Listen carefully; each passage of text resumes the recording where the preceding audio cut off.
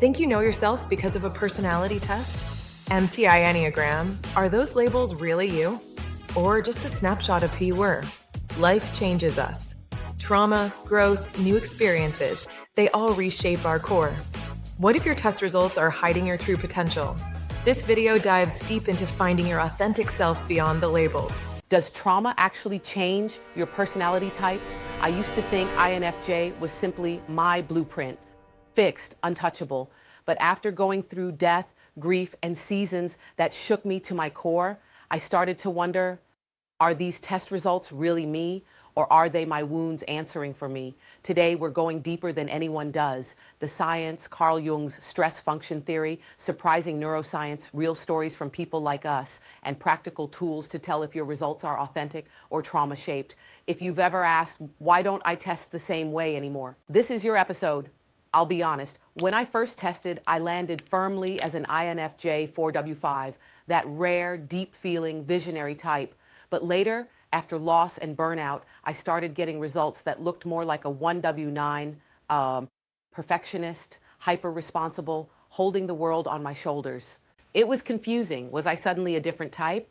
Or had trauma-hardened parts of me that were always there, buried underneath? That's when I realized personality tests don't just measure who you are. They measure who you are today.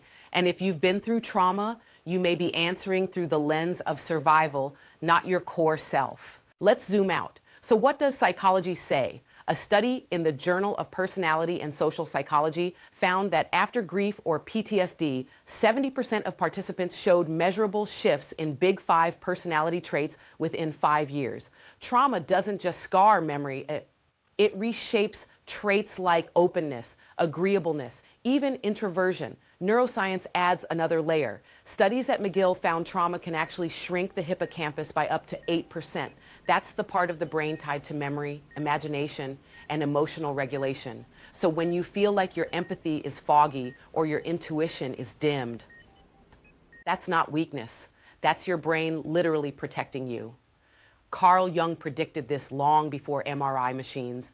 His stress function theory explained how under extreme pressure, your dominant functions shut down and your weakest, your shadow functions, take over. For INFJs, instead of leading with intuition and empathy, we collapse into unhealthy sensation-seeking or critical thinking loops. And Jung went even further. He said individuation, the process of becoming your true self, almost always begins with crisis. Trauma doesn't just distort your type. Sometimes it cracks the surface, forcing hidden parts of you into the light. That's why many INFJs feel both broken and awakened after loss. There's one more piece: test honesty, social desirability bias. It means instead of answering honestly, many of us answer the way we wish we were, or the way we think we're supposed to be. Research from the Journal of Personality Assessment shows that when participants retake tests after being told to answer for their ideal self, their results can swing by 1 to 2 entire types. That means the version of you that's ambitious, disciplined, always kind, the person you want to show the world, might be the one filling out the test, not the real you in your quietest, rawest moments. And here's the kicker: trauma intensifies this bias. After loss, abuse, or systemic pressure, people often cling harder to their ideal self.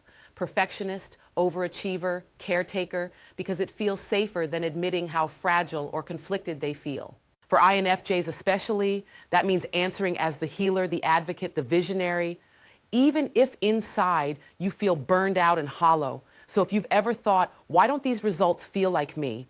It could be because you've been answering as the mask, not the mirror. Jung warned about this too. He said, the persona, the social mask, is useful but dangerous if you mistake it for your true self. And this isn't just theory. Listen to these voices. One viewer wrote under a Carl Jung video, I've always had this ability to lift people up, but so many friendships turned from admiration to envy and hate without me doing anything. Now I keep people at arm's length. It's like my gift became dangerous. Another said, the rejection I got from people who couldn't handle my light smacked right into my childhood wounds. It made me think something was wrong with me until I realized I was mirroring what they refused to face. And one more that shook me. After abuse at 6 years old, I always said, He wanted my light. I didn't fully understand until recently. These aren't just stories. They prove trauma bends how we show up on tests, how we self-identify, and how the world reacts to us. And if this is already hitting home, pause for a second.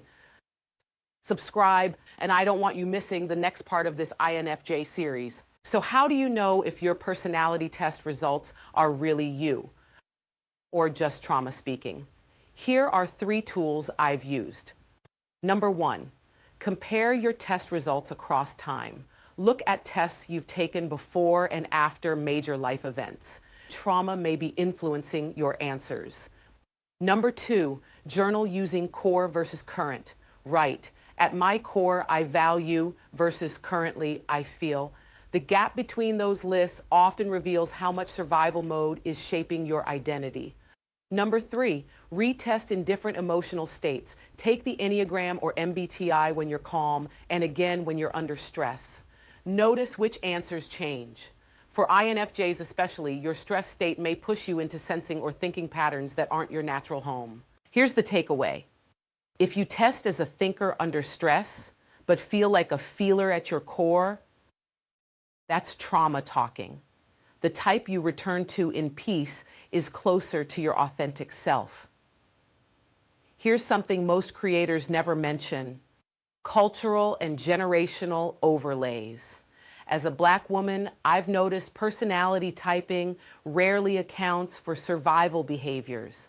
What looks like perfectionism on paper might actually be survival, the need to overperform in a world that stereotypes you.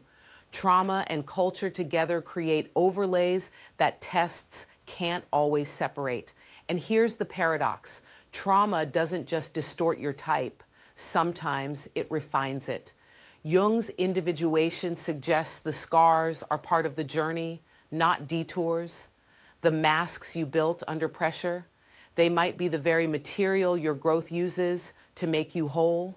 Here's the truth. Trauma doesn't erase your INFJ wiring or your Enneagram type, but it does add layers, scars, and sometimes even masks.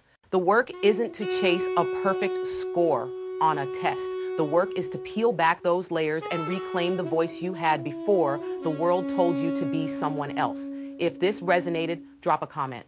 I want to hear from you. Has trauma shifted your results, or do you feel steady in your type no matter what? Drop it in the comments.